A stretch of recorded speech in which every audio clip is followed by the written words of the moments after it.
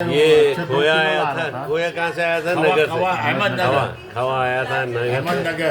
और आज पूरा घर जो है वो गुलाब जामुन बना रहे। ये मेल हाजी साहब और हमारे हमजूर साहब ये लोग बना रहे हैं, और दूसरी तरफ लेडीज बना रही है।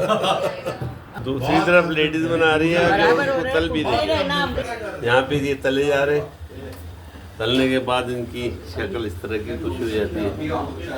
और शीरा है, शीरे के अंदर डाल देंगे तो वो मीठे भी हो जाएंगे।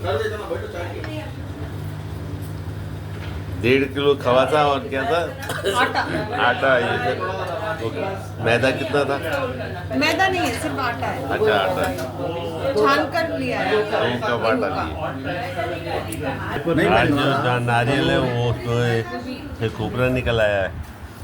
और शिवापुर के ये अंजीर है।